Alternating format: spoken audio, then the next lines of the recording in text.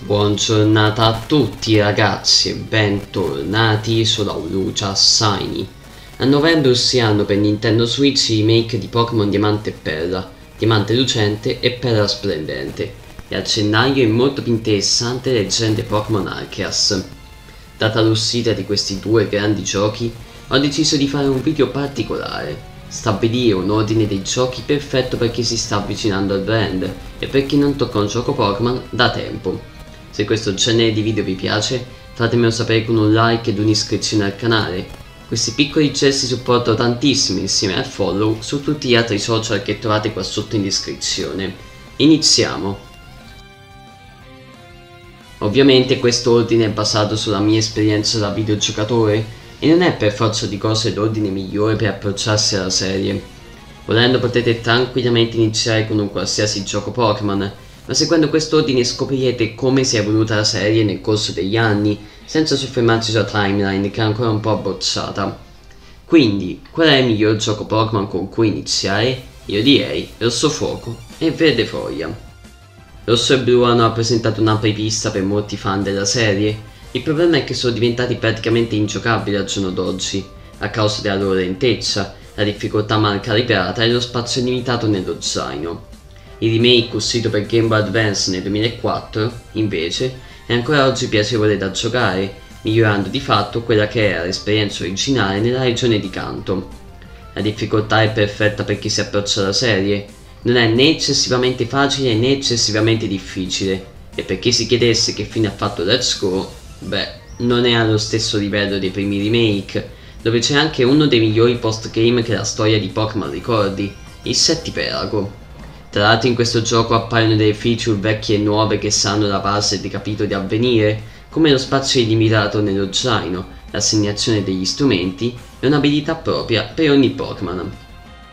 Dopo aver svisserato Fire Red e Leaf Green, è quasi d'obbligo provare i loro seguiti diretti, da molti ritenuti come i migliori della serie. Sapete tutti di cosa sto parlando, Heart Gold e Soul Silver. I remake di Oro e Argento, già capolavori all'epoca ma invecchiati piuttosto male oggi, migliorano ancora di più l'esperienza originale, sfruttando a dovere il secondo schermo del DS. Una voce del menu può essere chiamata con un singolo tocco, il fatto che qualsiasi Pokémon può seguire il giocatore sulle spalle nella sua avventura e l'autorun sono solo alcune delle feature introdotte in questi giochi che torneranno nella serie molto tempo dopo. Attraversare la colorata ai giorni di Yoto è, ancora oggi, un'esperienza unica ed indimenticabile, togliendo il fatto che il postgame è sconfinato. Potete riesplorare una regione di Kanto rimodernizzata e sfidare Rosso, il protagonista dei primi giochi, con una squadra over ribellata. Forse la migliore sfida che Pokémon abbia mai proposto. Se non l'avete ancora giocato dovete recuperarlo a tutti i costi. L'era DS è universalmente riconosciuta come l'epoca d'oro di Pokémon, dove hanno sbarcato i titoli migliori della saga, quindi direi di continuare il filone per poi concluderla e passare ai giochi Pokémon in 3 dimensioni. Dopo Red Gold e Soul Silver consiglio vivamente di recuperare Pokémon Nero e Bianco, titolo che ha fatto il suo debutto nel 2010. Non fatevi ingannare dall'impostazione troppo lineare e dal design discutibile di molti Pokémon, perché Nero e Bianco è un piccolo capolavoro. Le ambientazioni sono stupende, basti guardare soltanto lo Stropodi, esplorabile a 360 gradi, che ha anticipato Luminopoli di Pokémon X e Y. Le lotte ora sono molto più dinamiche e veloci, con dei prototipi di sprite in 3D che sono ancora oggi una gioia per gli occhi. Non vi voglio fare spoiler sulla trama, dato che essa è forse tra le migliori della serie. Ora è obbligatorio il passaggio al seguito dietro di Nero e Bianco, Nero 2 e Bianco 2, l'ultimo capitolo uscito per DS e, oggettivamente, uno dei capitoli migliori e più longevi dell'intera serie. Da dove iniziamo per tessere le lodi di questo capolavoro? Prima di tutto, gli eventi si sviluppano 2 anni dopo Nero e Bianco e ci troviamo ora in una regione di Unima con nuove città e luoghi da esplorare. Sono stati aggiunti molti Pokémon di precedenti generazioni, molto più contenuto, nuovi capi palestra, più differenza tra le versioni e più cura nei dettagli. Profondi, appassionanti e parecchio longevi, permettendo tra altre cose di catturare la maggior parte dei leggendari di terza e quarta generazione. Nero 2 e Bianco 2 sono anch'essi giochi obbligatori da giocare per qualsiasi fan della saga.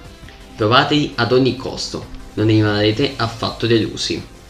L'ultimo capitolo in 2 dimensioni che vedremo oggi è Pokémon Platino, terzo capitolo della trilogia composta da quest'ultimo Diamante e Perla, e che è forse il capitolo più importante da recuperare prima dell'arrivo dei remake. Uscito dopo Diamante e Perla, Platino riprende la formula di questi due giochi e la migliora notevolmente. È il capitolo perfetto per chi si avventura per la prima volta nella bellissima regione di Sinnoh, e molti elementi della trama saranno presenti anche nei giochi di prossima uscita.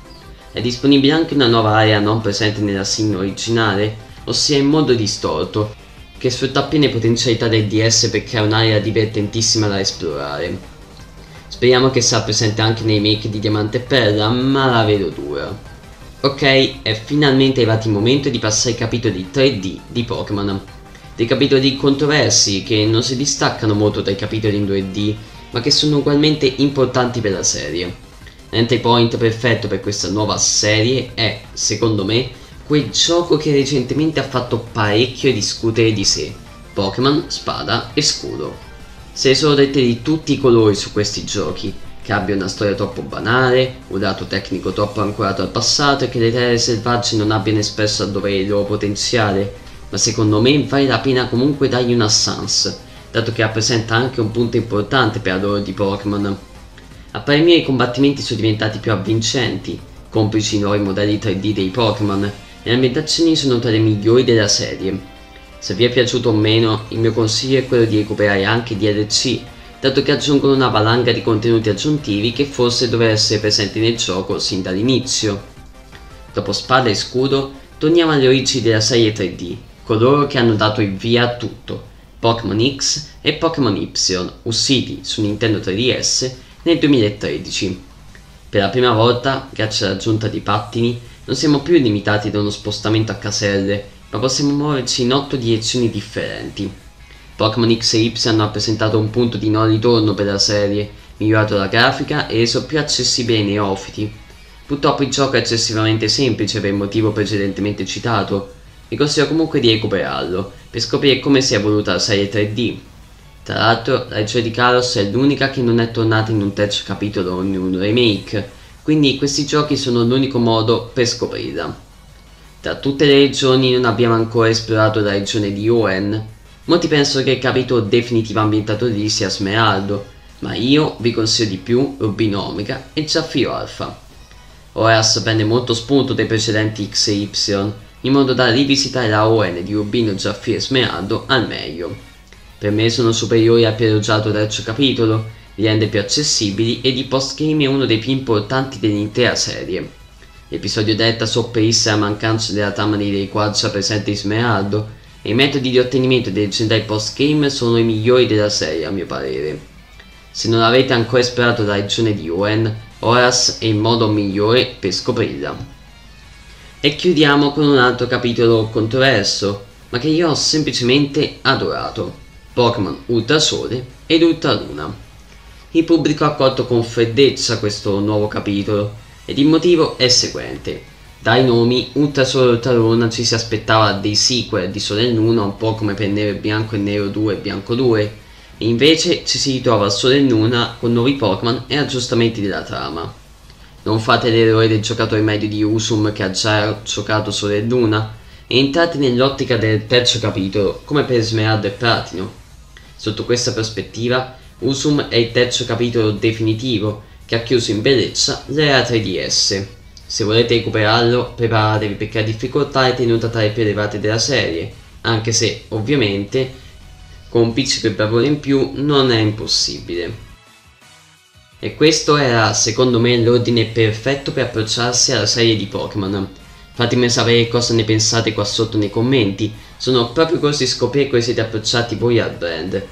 Io vi ricordo di lasciare un like al video e un'iscrizione al canale se ancora non l'avete fatto e di seguirmi su tutti gli altri social che trovate qua sotto in descrizione, in particolare il server Discord dove siamo molto attivi tutti i giorni. Vi ringrazio per essere arrivati fin qui e ci vediamo con un prossimo video. Ciao!